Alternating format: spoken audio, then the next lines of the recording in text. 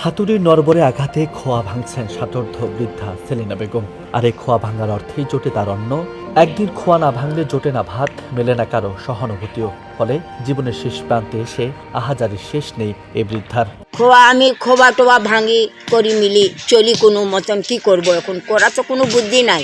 জিনিসপাতির যে দাম মা, কোন সংসার চলাইতে আমি পারতেছি না। কোন স্বামী থাকলে তাও হয়তো বুড়াটা কইতাম, বলে এইটা আন ওইটা আন, হেন কন তেন কন।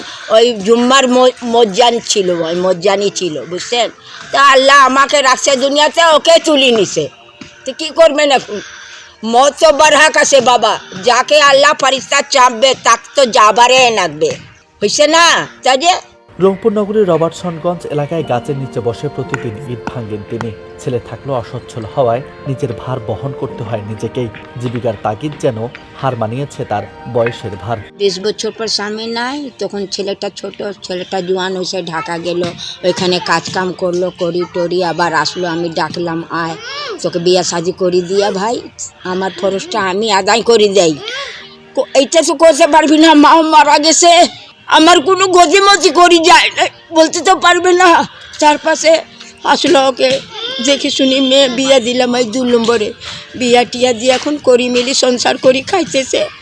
এখন চারপাশে ওই এখন তো কাজ কাম নাই, ওই বিস্কুট দোকানে থাকে, ওই কোনো দিন যেরকম কাম হয় বেচা কিনা হয় এরকম টাকাও দেয়, কোনো দিন 250, কোনো দিন 200, কোনো দিন 300, ওইটা দিয়ে কি সংসার চলে মা। আমি একটু নাড়াচাড়া করি, এগুলা ওগুলা দেখি, করি মিলি চলি, বুঝছেন। এইটাই হলো সমস্যা।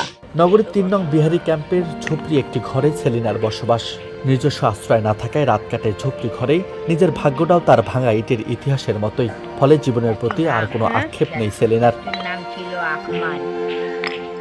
সামাজিক নির্মমতা ও দারিদ্রতায় সেলিনার মতো হাজারো বৃদ্ধ আজ বন্দী জীবন জীবিকার তরে।